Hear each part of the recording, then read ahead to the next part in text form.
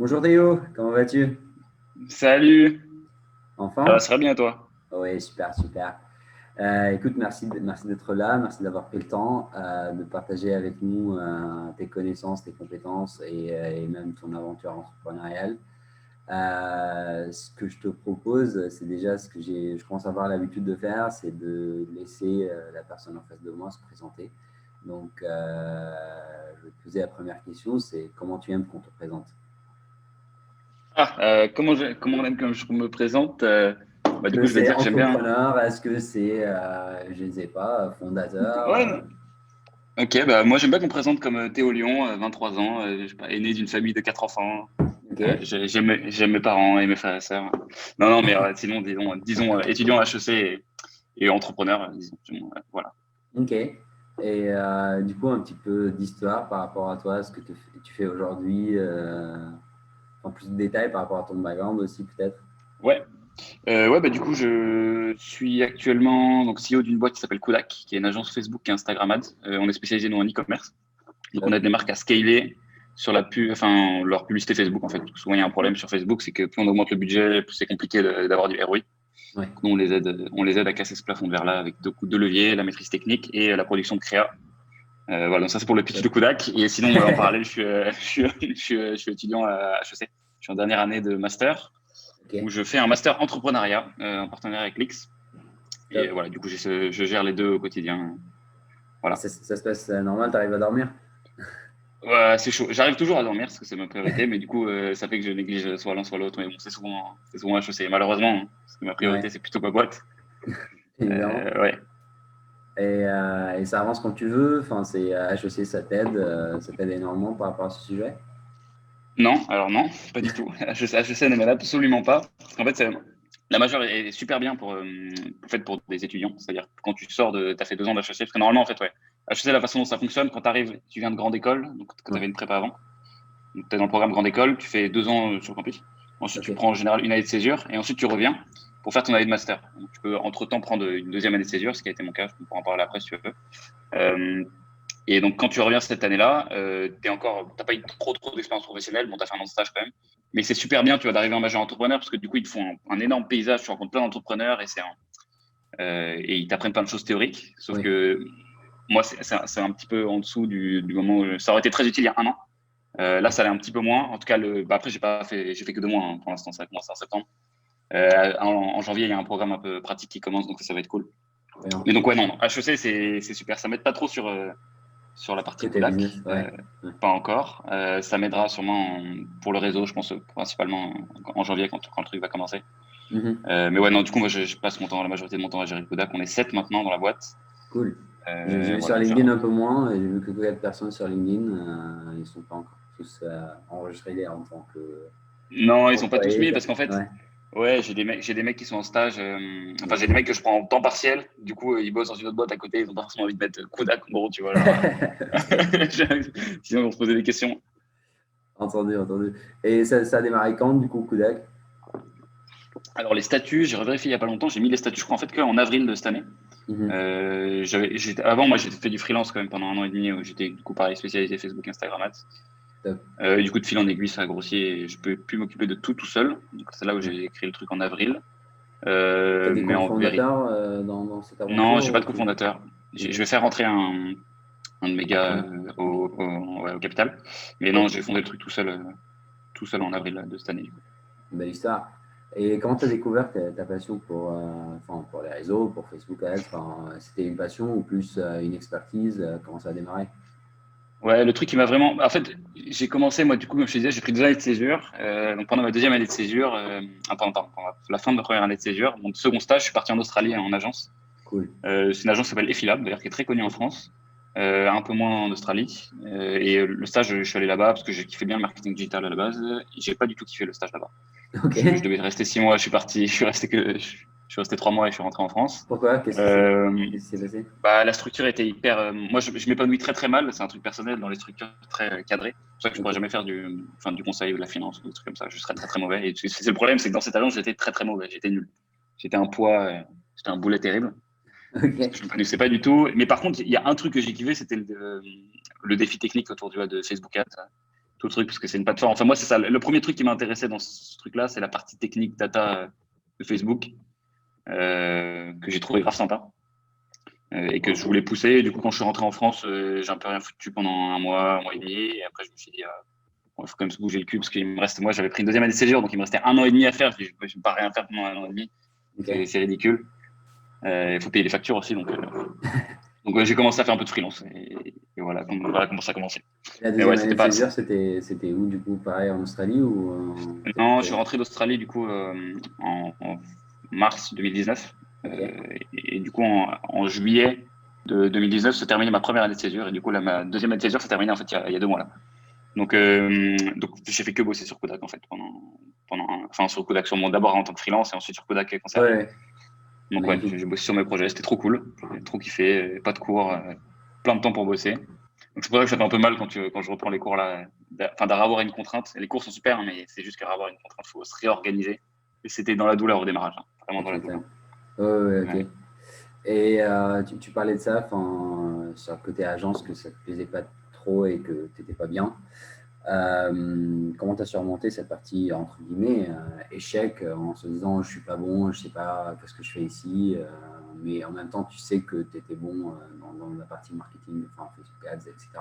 Ouais. Alors ce qui est marrant, c'est que là-dessus, j'ai refait. Je me suis très mal épanoui dans cette agence, mais après j'ai refait exactement la même chose. En fait, j'ai créé une agence de marketing, et tout pareil, sauf que je sais pas. Il y a un truc que je me dis, c'est qu'en fait, ce qui est super important, c'est d'avoir du sens dans ton projet. Et en fait, c'est pas tant les tâches qui sont importantes que tu fais au quotidien, c'est plutôt pourquoi tu les fais. Donc là, tu vois, typiquement, à mon stage à moi, il m'aurait demandé de sortir une poubelle. J'aurais pété un câble, vous vous foutez de ma gueule, sortir une poubelle, ça va pas. Là, je dois sortir une poubelle pour augmenter le chiffre d'affaires de ma boîte. Tu vas me voir faire des allers-retours, je vais sortir toutes les poubelles qu'il faut et avec le sourire. Ouais. Donc, tu vois, ça change ta mentalité en fait, quand tu vois les choses. Ouais. Ouais, c'était pas tant un problème de tâche en fait. Je veux dire, ils font du super taf, hein, et Philips, c'est pas ça le problème. C'est juste que j'ai jamais en fait, ça avait pas de sens. Et en fait, ça a pas de problème quand tout se passe bien. Bon, il se trouve qu'on a été dans une période un peu dure sur Philips où je sais pas, on a perdu un ou deux clients. Et en fait, là, tu te raccroches à. Et en fait, tu te rends compte de ce qui te motive vraiment. Et après, moi, je m'en doute, j'avais rien du tout. Ça se passait mal, ça me faisait chier. J'avais l'impression d'aller nulle part. Et du coup, je suis parti quoi. Ouais. J'ai refait après la même chose, mais bon, différemment. Du coup, on ne fonctionne pas du tout pareil dans mon agence. Tout le monde est en remote. On n'a pas de locaux.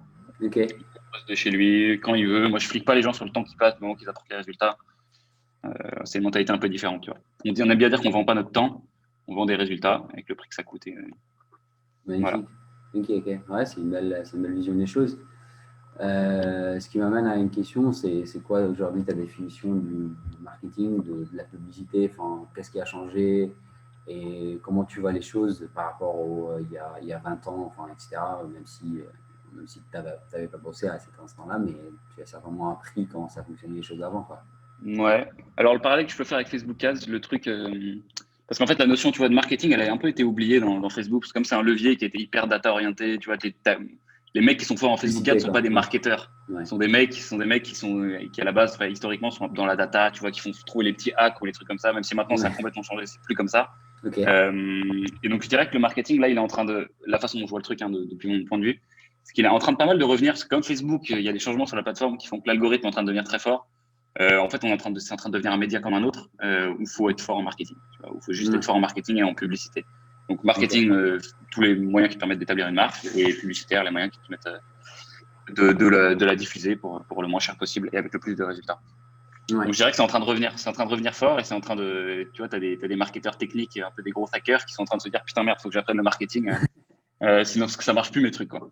La partie storytelling, etc. Donc créer une image en fait où les gens ils ont un lien avec ce que tu crées en fait. C'est pas juste c'est ça. Et toutes ces notions-là, en fait, c'est des trucs qui te donnent. Du coup, j'ai été joueur de poker moi avant, entre-temps aussi. Donc on parle d'edge au poker, en fait, c'est un avantage compétitif. Et donc en fait, ça te donne des edges qui sont pas directement dans la plateforme. C'est pas parce que tu sais faire du storytelling que ton ROI il va augmenter. Mais par contre, tu vois, si tu ajoutes plein de trucs, tu sais faire un peu de copywriting, t'es bon en marketing, t'as un bon background, c'est que des trucs qui font qu'en fait, tu vas être injouable derrière, en marketing. C'est ça, parce que c'est plein de petits trucs, tu vois. Tu peux aller chercher en plus dans Facebook Ads, en marketing, tu peux aller chercher des trucs dans tous les domaines. Enfin, il y a toujours des trucs qui vont te servir. Tu lis un bouquin de sport, ça s'applique dans le marketing. Enfin, il y a énormément de choses. Et c'est ça. Et en fait, je pense, moi, ma vision, c'est que les mecs qui vont devenir les meilleurs mecs Facebook Ads dans les 5 ans qui vont arriver, ça va être les marketeurs qui vont comprendre la partie technique, tu vois, ou les techniques qui ont réussi à comprendre la partie marketing. Voilà. Ouais. Je retombe sur mes pieds. Faut avoir les deux côtés en fait, donc faut avoir une vision hybride à ton avis du coup pour réussir pour les prochaines années. Ouais, c'est ça. Ça suffit plus maintenant d'avoir juste du technique. Avant, ça marchait. Ouais. Maintenant, tout le monde est technique, donc faut être bon, quoi. Il faut juste être compétent maintenant. Ouais. C'est ça. Ce qui était ma prochaine question en fait, pourquoi certains Mm. cartonnent et d'autres, on voit que c'est naze, c'est nul, ça sert à rien quoi. C'est quoi à ton avis le secret? Même si tu viens de répondre à cette question, mais Je peux t'en donner. De toute ouais, façon, un peu vas-y. plus spécifique dans Facebook, tu as le secret, entre guillemets.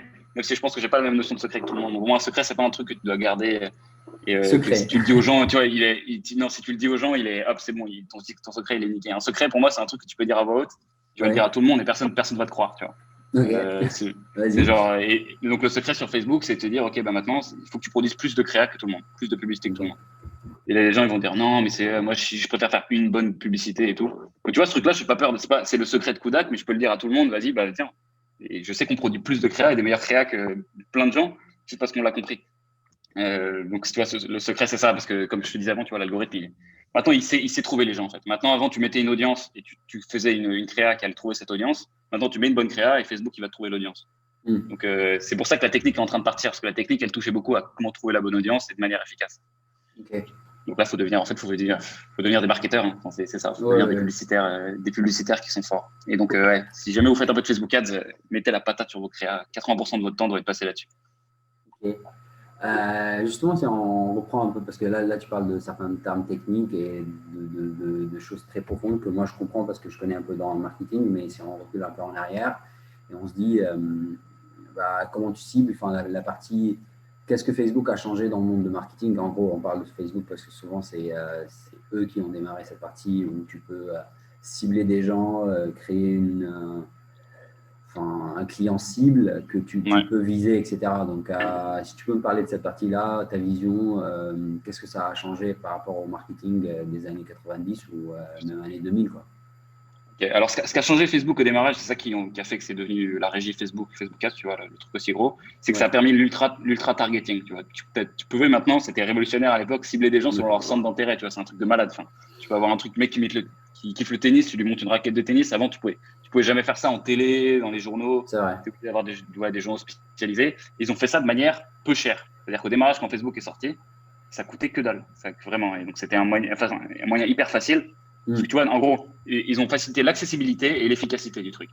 Okay. N'importe qui peut aller sur Business Manager, se créer un compte, ça prend 5 minutes. Tandis que passer en télé ou passer dans un journal, bon courage, et ça coûte plus cher. Ouais, et donc, accessibilité pratique et de prix, en fait, et efficacité, donc le truc ultra targeting. Et ça, c'est un truc notamment qui est totalement en train de changer.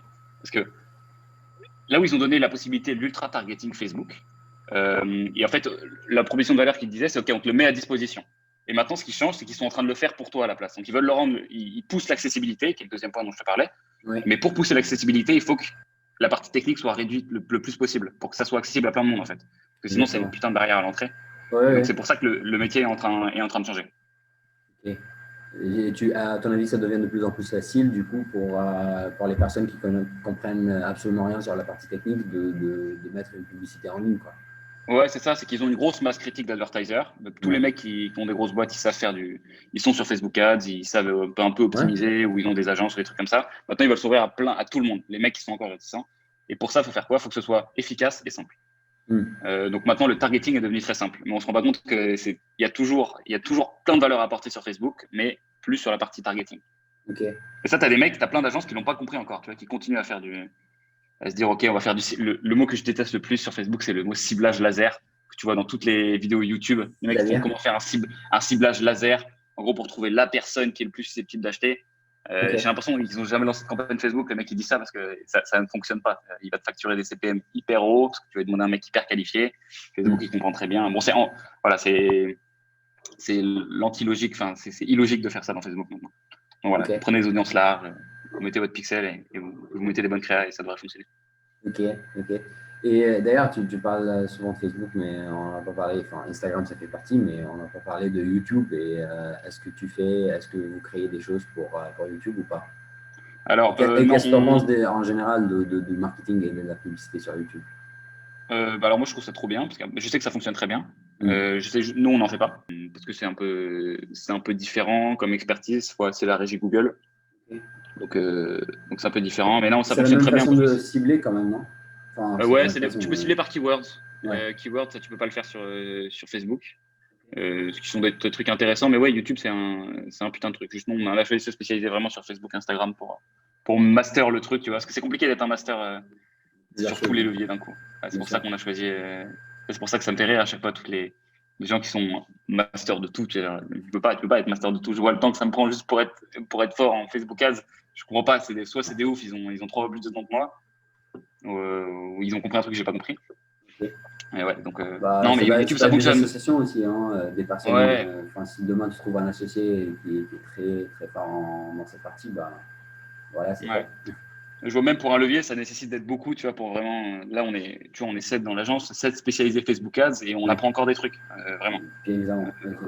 Donc, En plus, ça ouais, évolue c'est cool. tellement Non, vite quand même, hein. ouais, c'est ça aussi le truc de Facebook, c'est ça change très très vite et les trucs qui fonctionnaient il y a 2 mois, ça fonctionne, 2, 3 mois, ça fonctionne plus. Oui, carrément, demain. Ça fonctionne plus. Non, mais c'est ça, c'est même moins. C'est même parfois tous les mois, tu as une nouvelle technique, ton truc il arrête de fonctionner, le truc qui fonctionne depuis longtemps. Bon, tu as bien sûr des vérités générales qui restent tout le temps, comme Ouais, avoir une bonne pub, que t'es. En fait, c'est les hacks qui meurent. Le marketing meurt pas, mais les hacks meurent. ouais, C'est pour ça ouais. que et tous les gens qui ont basé leur stratégie sur des hacks, bah, ils souffrent. Ils sont dans la douleur. Ok. Donc, ouais. Non, ça change très vite. C'est pour ça qu'il faut se tenir au courant. D'ailleurs, si vous voulez vous tenir au courant, super transition. Allez sur la chaîne YouTube. Je fais une veille toutes les semaines. Un petit journal de la pub Facebook. Ouais, j'ai C'est vu Théo Lyon, ça. la chaîne YouTube. Non, mais c'est pour ça, ouais. Du coup, c'est ma manière de me tenir au courant et du coup, je la partage. Ouais. Voilà. Et pourquoi uniquement en e-commerce, en fait, je pense que tout type de business peut profiter de ce que vous faites, en fait, enfin, chez Kudak, en tout cas. Ouais, alors c'est vrai. Par contre, il y a des expertises qui sont assez différentes selon les métiers que tu as. C'est pas du tout pareil. Par exemple, sur Facebook, tu as des expertises différentes. J'en ai 3 en tête, peut-être que j'en oublie. Donc, tu as l'e-commerce, tu as cette notion de gros catalogue produit, de parcours Mm. client, lifetime value. Tu as la génération de leads, où là, c'est très différent. Le premium est beaucoup plus dans les landing pages, dans les lead forms, les trucs comme ça. Et tu as l'autre que je vois, c'est les applications qui veulent générer des downloads. Donc, nous, on a cherché à master, tu vois, à maîtriser l'e-commerce dans un premier temps pour vraiment, tu vois, parce qu'il y a des grosses problématiques de structure de campagne sur les e-commerçants, maximiser la lifetime value des gens. Et donc, c'est pas un truc qui est facile à maîtriser au démarrage. Donc là, c'est bon, on l'a maîtrisé. Et là, on commence à s'étendre. Bon, c'est pas encore officiel, mais on accompagne des apps. Donc, on aide des apps à générer des downloads et surtout à générer de la valeur derrière, des abonnements payants selon les business models. Et donc, ouais, en effet, je pense que c'est super important de se focus au démarrage. Encore une fois, c'est compliqué d'être bon partout. Mm. C'est vraiment compliqué. Donc, en ayant une expertise, non seulement tu es plus performant et en plus, tu es plus clair dans la tête des gens. Tu vois, je suis le mec qui fait Kudak et on fait de la pub Facebook Ads pour les Sûr. e-commerçants et j'ai que des e-commerçants qui me contactent. Ok. Donc voilà. Et tu commences à travailler avec des grandes entreprises ou tu es, aujourd'hui sur des petits e-commerce PME, Non, alors on est TPE, jeune. Ça etc. dépend ce qu'on entend par grande entreprise. Nos plus gros clients, ils font entre 10 et 15 millions de chiffre d'affaires annuel. Déjà Donc, bien c'est pas en des grosses e-commerce, hein. entreprises. Ouais, c'est des jolis e-commerçants. Mais c'est pas des Auchan, enfin, tu vois, des grosses boîtes énormes. Ouais. Ça sera un cap plus tard. Et comme on est assez récent, tu vois, on a 6-7 mois d'existence. On ira peut-être après. Et notre but, c'est pas non plus de devenir énorme aussi. Donc, je sais Ok. pas si on a envie d'aller sur les gros comptes comme ça, où c'est beaucoup plus galère. Nous, on aime bien avoir des relations. Tu sais, tous nos clients, c'est nos potes. On discute, on les invite à déj. Enfin, Ouais. il y a une bonne relation. Et je sais pas si c'est possible d'avoir ça dans les grands comptes, mais on l'a pas encore expérimenté. On a des clients assez variés. Ça va. Je veux dire, pour te faire une échelle, on manipule les plus petits budgets qu'on manipule, c'est 3 000 € par mois. Et les plus gros, c'est de pub Facebook. Et les plus gros, c'est 110, 120 000 par mois. Ça inclut une stratégie de contenu pour les réseaux sociaux ou c'est uniquement de la pub en fait? Ça, c'est purement l'argent que tu donnes à Facebook dans la plateforme. Ok, entendu. Ça marche, c'est noté. Et du coup, je pense que tu entreprends depuis jeune âge un peu et je voulais savoir ta notion avec le risque. T'as pas peur que tout ça tombe à l'eau? Enfin, tu es encore étudiant, je sais pas, ta famille, ton entourage, qu'est-ce qu'ils en pensent de toi démarrer un job, enfin, même une aventure entrepreneuriale, c'est même pas un job, en même temps que tes études, quoi. Donc, Ouais. Alors, ouais. Donc du coup, alors sur la partie, moi, pour mon entourage, j'ai la chance d'avoir mon père qui est entrepreneur aussi. Donc là-dessus, ils vont pas flipper de me voir monter une boîte. Ça, c'est le truc. Donc, ça va. Et après, par contre, sur les risques, je sais pas, on prend des risques en montant une boîte, mais pour moi, c'est des risques. Au pire, ta boîte, elle foire. Je suis encore étudiant, je vais retrouver un taf. Je sais, ça, c'est le luxe. Comme je sais, comme j'ai fait HEC, j'aurais pas trop de soucis, a priori, à trouver un taf.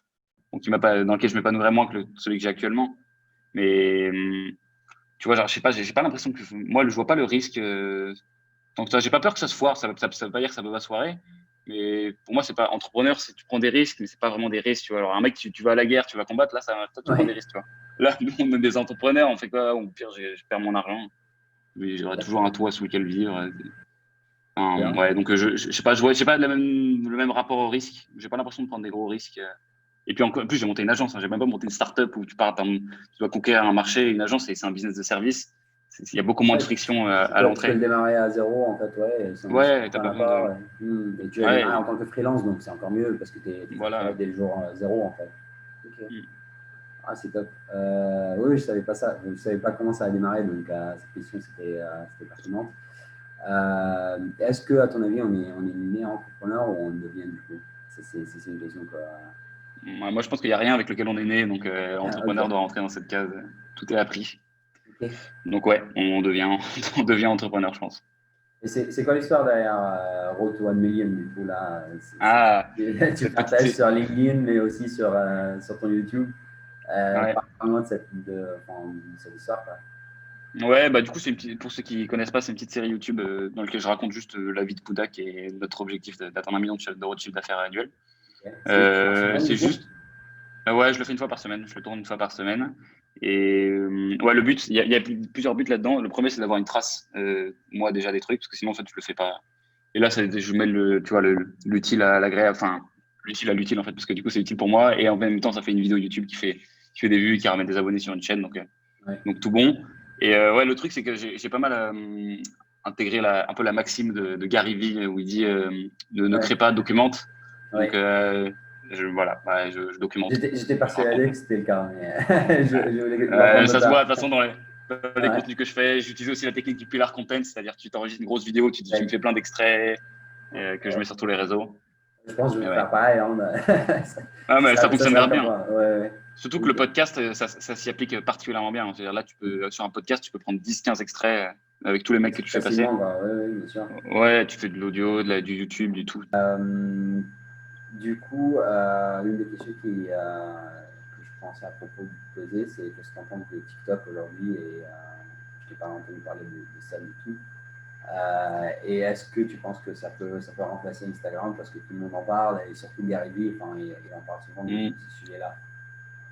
Ouais, alors sur la partie future, moi je suis très mauvais pour prédire le futur, je suis nul, donc je vais pas m'avancer sur la partie future. Par contre, au présent, là, ce qu'on peut faire sur TikTok, c'est assez dingue. Pour plusieurs raisons. La première, c'est que le reach organique, donc la portée que tu atteins quand tu n'as pas de followers, sans pub, est incroyable. C'est un truc de ouf. Tu peux avoir aucun abonné, mais j'ai fait une vidéo qui a fait 105 000 vues, je crois. Peut-être plus au moment où vous regarderez ça, du coup. Et j'avais, je sais pas, C'était sur 100 quelle followers. thématique du coup? Où je racontais ma vie. Je Ok. disais, hop, hop, hop, j'ai créé ma boîte il y a 6 mois. Il faut faire du contenu très natif, en fait. Au début, moi, j'essayais de reposter des découpages, tu vois, comme Gary Vee de mes autres vidéos, mais ça marchait pas. Donc, du coup, Ouais. après, j'ai commencé à me filmer avec une vieille qualité dégueulasse, à raconter un vieux truc. Et là, tu commences à faire des vues et tout, je comprenais rien. Intéressant. Et par contre, le truc, c'est qu'il y a du reach organique. Le lien qui est moins évident, c'est les répercussions business, qui est pas encore hyper évident sur TikTok. Du moins pas pour une agence. Pour des marques et e-commerce et tout, c'est trop bien. Tu peux sur TikTok. Moi, je dois quand même trouver des clients B2B. Donc au début, j'y croyais pas trop. Et puis après, j'ai reçu 2-3 leads par TikTok. Des gens qui m'ont dit, ah, je t'ai connu sur TikTok. Mon cerveau a explosé. Je pensais pas que c'était possible. Ok. Putain, le mec me connaît par TikTok et des mecs hyper qualifiés, tu vois. Et c'est des gens, en fait, TikTok, faut le voir comme c'est ta brand awareness. N'essaie pas de faire de la conversion sur TikTok. Après, Pas les mecs, encore. soit ils vont aller sur LinkedIn, ils vont aller sur Ouais. YouTube, et après, ils vont t'appeler. Mais il n'y a jamais un mec qui a vu, ah putain, c'est un expert Facebook, il fait un petit TikTok où je sais pas, il fait un vieux challenge de merde, je vais travailler avec lui. Ouais. C'est super bien pour de la brand awareness que tu peux reach plein de gens. Mais convertir, en tout cas, moi, j'ai pas encore réussi à le faire. Mais aussi, c'est une génération très jeune en fait sur TikTok aujourd'hui. Enfin, c'est Mm. encore Mais de rarement. moins en moins. Ouais. De moins en moins. Écoute, il y a pas mal de gens. Il y a beaucoup de. Bon, en tout cas, c'est sûr que les plus jeunes, ils sont dans les commentaires qui mettent qui mettent le plus de commentaires de Ouais. trucs, qui comprennent pas forcément tout ce que je fais, par exemple, sur mes vidéos. Ouais. Mais il y en a plein de personnes âgées. Donc le lead que j'ai chopé par TikTok, là, le plus récent, là, il avait 32 ans. Il m'avait vu Oh, sur putain. TikTok et pas sur LinkedIn. J'étais vraiment choqué. Je lui ai demandé et tout. Tu m'as vraiment vu sur TikTok et tout. Et qu'est-ce que tu en penses de J'y croyais LinkedIn pas. d'ailleurs? J'ai vu que tu as un succès qui est Ah, ça, magnifique. par contre, LinkedIn, c'est de la magie. C'est vraiment de la magie Surtout pour noire. Ça le veut pas dire. B2B, on est d'accord, hein? Ouais, c'est incroyable. Mais même pour le B2C, hein, et les gens, ils se Ok. bloquent et ils se disent B2C, non, non, il n'y a que des pros. Et enfin, comme si une personne était un particulier la journée et hop, ensuite ça devient un pro. Enfin, non, ça Ouais. devient un particulier le soir et c'est un pro la journée. Les mecs, c'est les mêmes mecs. Hein. Donc tu vas les toucher. Et donc, ouais, non, sur le B2B, c'est incroyable parce que même chose, tu as un reach organique qui est dingue, qui est moins bien que sur TikTok, mais qui est quand même très dingue pour toucher des personnes très qualifiées. Mais Mm. si tu fais une bonne stratégie de contenu sur LinkedIn, tu peux exploser assez rapidement. Tu vois, ça prend 2-3 mois d'avoir des résultats. Quand sur une autre plateforme, YouTube, ça prendrait 6 mois ou même un an. Et sur C'est Instagram, quoi c'est une bonne quasiment stratégie impossible. du coup? C'est quoi une Une bonne bonne stratégie de stratégie? contenu. Ouais. Pour LinkedIn, je parle. euh, alors, il y a plusieurs choses. Il y a le fond de ce que tu racontes et les codes LinkedIn. Je pense que ce qui intéresse les gens, c'est comme à chaque fois moi sur Facebook, c'est les hacks, tu vois, les codes LinkedIn. Donc, je peux vous donner les codes LinkedIn. Ce qui fonctionne mieux, c'est les posts textes. Vous pouvez aussi faire des posts qui demandent des commentaires. Vous échangez, vous faites un document qui a de la valeur et vous dites, OK, bah, si tu veux le recevoir, tu fais un commentaire. Comme ça, bon, ça partage à plein de gens. C'est Mm. des trucs qui font plein de reach. Ouais. Concentrez-vous sur les posts textes, sur les 2 premières lignes de votre texte, qui sont votre accroche et sur lequel, en fait, le but, c'est que la personne clique sur voir plus. Mm. Quand elle a cliqué sur voir plus, ça augmente ce qu'on appelle le dwell time sur LinkedIn. Et donc, du coup, ça montre votre post à plein de gens. Que dire d'autre Vous pouvez mettre des liens dans les posts. Il y a plein de gens qui disent qu'il faut les mettre en commentaire. Et les Je sais pas comment vidéos ça fait sur une grosse LinkedIn? différence. Je parle pas trop. Les vidéos sur LinkedIn, alors, ça reach beaucoup moins que les gens. Moi, pour donner une moyenne sur un post écrit, je fais à peu près. Les bons posts font 30-40 000 impressions. Et mes vidéos sur LinkedIn font 2000, tu vois, 2000 vues. 2000, 3000 vues. Donc, mais après, est-ce qu'on peut vraiment comparer une impression à une vue? Je suis pas sûr, mais ce qui est sûr, c'est que mes vidéos se situent plus bas dans mon funnel. En fait, c'est un mec qui m'a connu par un gros post qui a fait beaucoup de reach, un truc un peu général. Et après, il voit une vidéo, il voit que je sais à peu près de quoi je parle. Et donc là, il veut m'appeler. C'est pour ça que je continue à en faire, même si ça reach moins. J'aime bien. Moi, j'ai commencé beaucoup. Moi, le format avec lequel j'ai commencé, c'est les carousels, où je faisais un petit doc avec une problématique, comment je peux améliorer ton ROI sur Facebook. Et 4-5 astuces. Tu sais que tu fais défiler comme ça. Ça marche pas mal. Ouais. En termes de. Parce qu'en fait, ce qu'il faut, c'est l'idée générale, c'est comme tout le contenu, c'est qu'il faut donner de la valeur avec tous les moyens que tu as à ta disposition. Mm. Si un jour tu t'écartes de cette. Voilà, Gary Vee, c'est Ouais. ça.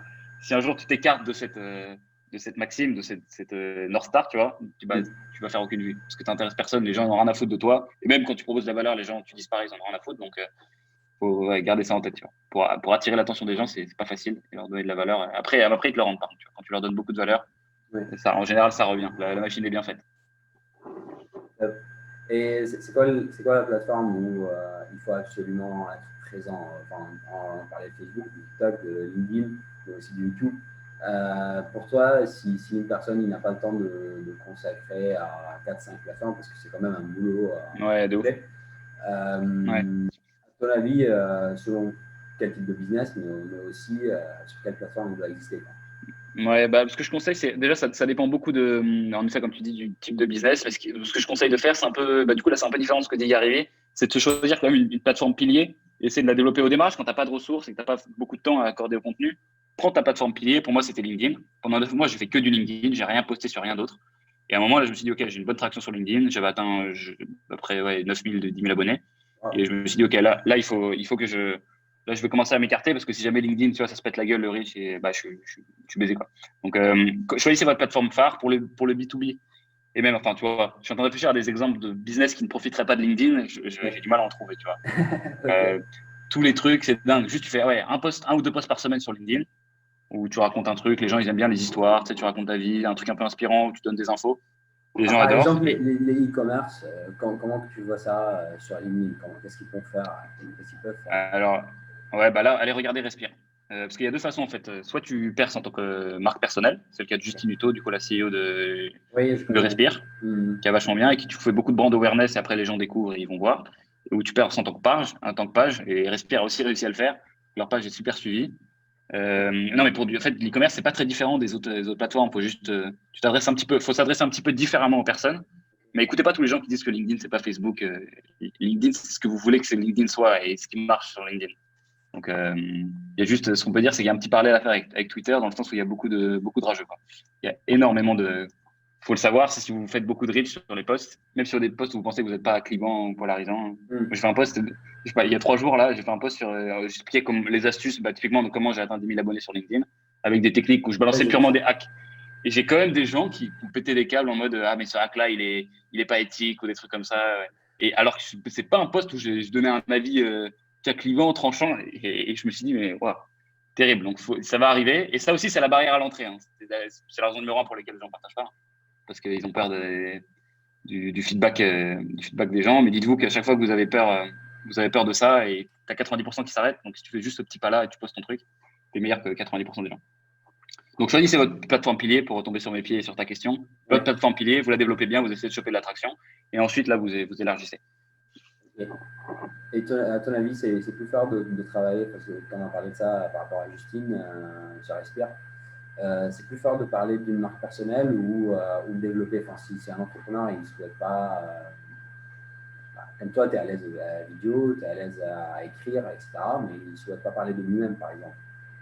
Ouais, au démarrage, alors j'ai pas toujours été à l'aise en vidéo. C'est pour ça que j'ai commencé par des carousels. Au début, c'est quand même un gros cap. Commencer par de la vidéo, c'est chaud. Donc, commencer par ce qui est bien avec LinkedIn, je reviens sur LinkedIn, mais commencer avec des posts textes. Et Justine, ce qu'elle a très bien fait, c'est qu'elle a une marque qui est incroyable. Son storytelling est super fort. Et le vrai avantage, en fait, de publier depuis une page personnelle, c'est que tu vas reach. Donc, ta portée sera beaucoup plus grande que sur une page pro. Et ça, peu importe les réseaux. Quasiment. Bon, sauf sur Instagram où c'est égal, les deux reachent rien du tout. Et sur LinkedIn, tu vas reach beaucoup plus en étant en individu. Parce que les gens sont curieux et c'est ça, ouais. Sur LinkedIn, les posts curiosity où tu racontes ta vie, moi, c'est ceux qui font le plus de vues, alors que c'est ceux où j'ai pas l'impression d'apporter beaucoup de valeur, mais faut pas en abuser trop parce que c'est des vanités métriques, hein, les impressions et l'apporter, faut pas oublier. C'est des choses, c'est bien pour ton ego, tu as fait 40 000 impressions, mais derrière, est-ce que tu as signé des clients? C'est pour ça qu'il faut varier les trucs, tu vois. C'est ton funnel, un petit peu de haut de funnel, un petit peu de milieu de funnel, un petit vidéo pour couronner le tout. Tu penses que Justine écrit ses propres trucs ou elle a quelqu'un qui. J'en sais rien. Je sais pas. En tout cas, elle fait la bonne illusion. C'est pas elle qui écrit, elle fait une super illusion, parfait. Mais c'est ce qui arrivera peut-être aussi, moi, si je grossis, peut-être que je prendrai un mec, pas pour écrire mes posts LinkedIn, parce que je pense que c'est un peu chaud de copier le style de quelqu'un. Mais pour produire, tu vois, moi, j'ai un monteur qui bosse 20 heures par semaine avec moi et qui monte toutes mes vidéos YouTube, LinkedIn et tout, parce que ça prend full temps. La partie montage est infernale. Enfin, je t'apprends rien, mais. Je raconte mon quotidien, c'est infernal, ça prend un temps de ouf. On en parlait de ce sujet, mais c'est une des questions qui me reste. Sur HEC, quelles sont les portes qui t'ont ouvert? Est-ce que tu penses qu'aujourd'hui, l'éducation, que ce soit en France ou en règle générale, est-ce que tu avais besoin de toute l'éducation universitaire que tu as fait pour aboutir à ton projet aujourd'hui? Alors, ma réponse de but en blanc, ça serait non. Mais je pense qu'il y a aussi un truc, c'est que je suis pas conscient. Il y a plein de trucs inconscients qui m'ont été donnés par le fait d'avoir fait une école de commerce. Donc, je suis pas conscient et que je pourrais pas te dire ça m'a apporté ça, ça, ça et ça. Je sais que ça m'a mis dans un univers où j'étais avec des gens qui, pas forcément des entrepreneurs, mais des mecs qui sont intéressés au moins par faire fonctionner un business, comment ça fonctionne les trucs. Je peux pas dire avec 100% de confiance que j'aurais monté les trucs tout pareil si j'avais pas fait mon école de commerce. Mais l'autre phase du discours, c'est que si vous n'avez pas fait l'école de commerce, c'est en aucun cas un frein. Vous ne croyez pas qu'il y a un seul truc en école de commerce qu'on apprend qui ne s'apprend nulle part d'autre. Maintenant, toutes les meilleures connaissances sont sur. Mais il n'y a pas de règle. Tout est disponible. Il y a Internet maintenant, tu peux tout apprendre et mieux que dans n'importe quelle école de commerce. Parce que le vrai tout d'une école de commerce, c'est pas ce que tu apprends, c'est plutôt les gens que tu rencontres. Et que tu vois, ça te fait un annuaire de gens que je peux appeler si jamais j'ai une galère, qui vont me répondre. Donc non, si c'est vraiment d'un point de vue blocage connaissance, il n'y a rien d'incontournable. Moi, je peux dire, j'ai du mal à penser à un truc que j'ai appris dans les 2 premières années d'HEC que j'ai appliqué dans Kudak. Vraiment, il y avait rien de pratique, en tout cas, sur l'entrepreneuriat. C'est des cours très généraux les 2 premières années. Bon, là, c'est beaucoup mieux cette année, sur la majeure entrepreneur. Mais il n'y a rien d'incontournable. Il n'y a vraiment rien d'incontournable et vous ne trouvez pas des excuses pour ne pas lancer vos trucs. Ok. Du coup, c'est quoi tes futurs projets par rapport à Kudak ou par rapport à d'autres? Est-ce que vous allez grandir sur une offre plus complète vis-à-vis des réseaux sociaux ou plus, au lieu de juste travailler avec l'e-commerce, s'élargir de façon avec les clientèles? Tu m'as parlé des apps. Ouais. Donc, peut-être une offre pour les startups, que sais-je, ou d'autres, enfin, c'est pas les projets en général, quoi. Ouais, ok. Bah ouais, non, bah, le premier truc, c'est qu'on va déjà essayer de prendre un peu plus d'app pour s'ouvrir un peu au-delà de l'e-commerce. Ok. Et après, on est pas mal en train de se pencher sur la partie, trouver une partie scalable à Kodak, donc un truc qui dépend pas moins de notre temps, parce qu'on est comme une agence, donc on est limité toujours par les heures de la Attends, journée. ouais. Donc, et surtout parce que je me rendais pas compte que c'était forcément un problème, jusqu'à ce que j'ai eu il y a pas longtemps, du coup, Grégoire Cambato au téléphone, qui m'expliquait qu'il y avait ce qu'il appelle la vallée de la mort, quand tu dépasses 7-8 personnes. Grégoire Cambato, c'est le CEO de Germinal, je sais pas pour ceux qui connaissent pas. Il m'a dit qu'il y avait un truc qui s'appelait la vallée de la mort des agences. C'est en fait quand tu dépasses 7-8 personnes, tu dois commencer à embaucher des managers. Donc tu dépenses plus d'argent, mais ta rentabilité n'augmente pas. Donc en fait, ta rentabilité au début, elle fait comme ça. Et après, tu embauches des managers, elle fait comme ça. Et après, tu dois trouver. Et il dit que le truc pour te débloquer, c'est d'aller signer des gros comptes et de gagner des appels d'offres. Et tant que tu n'as pas gagné ces appels d'offres, tu as une vieille rentabilité de merde. Tu embauches, mais tu n'es pas plus rentable. Et donc, on s'est typiquement posé la question de se dire, est-ce qu'on a envie de rentrer dans cette vallée de la mort? Est-ce qu'on s'arrêterait pas juste avant? On fait un petit produit. Donc là, on a plein de projets produits qui sont dans les tuyaux. C'est-à-dire créer Un votre produit, propre un truc, startup. un SaaS. On va Ok. lancer, soit on lance un SaaS, soit on lance un petit service très simple pour aider les marketeurs. Toujours dans la même optique. Hein. Notre Bien mission, sûr. c'est d'aider les gens à faire des meilleures campagnes Facebook Ads. Donc avec tout ce que ça implique. Hein. Soit faire un SaaS, ça peut être un moyen de faire ça. Et ouais, non, là, on est en train de se questionner sur trouver une partie scalable à Kudak et éviter de plonger de façon comme en aveugle dans la vallée de la mort, comme disait Ok, Grégoire. ça marche. C'est qui l'entrepreneur qui t'inspire le plus, que ce soit en France ou international? C'est Oussama À Hamar. part Gary. Oussama C'est Hamar? Oussama. Ouais. Ah ouais. Tu écoutes ce qu'il fait, etc.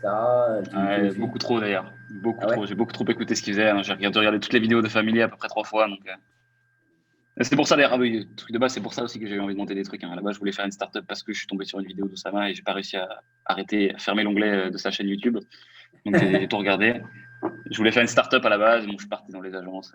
Et donc on va y revenir là, avec les produits qu'on va lancer. Faire un peu de product Tu voulais faire une management. startup dans quoi, à la base? Alors, j'ai eu beaucoup de projets de merde. Hein. Je vais pas J'ai lancé plein de landing pages sur des trucs. Je voulais faire des trucs de merde. Ce que je voulais faire. Je voulais faire déjà un service autour du poker parce que j'ai été joueur du coup de poker pendant 4 mois, 4-5 Ok, mois. ok. J'ai vécu de Un ça. service, c'est-à-dire, enfin, Un truc qui aidait les gens à progresser au poker en fait. Et au poker, il y a un truc, je l'ai fait très très simple. Pour progresser, tu analyses les mains qui ont été jouées par d'autres joueurs et tu as des breakdowns des mains.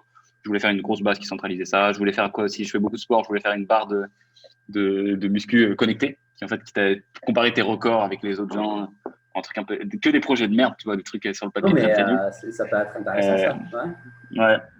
Et donc du coup finalement je suis parti plutôt là-dedans. Mais non, mais c'est vraiment ça m'a qui m'a mais pas enfin pour l'aspect entrepreneuriat cool. Je sais pas trop ce qu'il fait. Ça pourrait devenir entrepreneuriat, je sais pas si c'est un bon entrepreneur.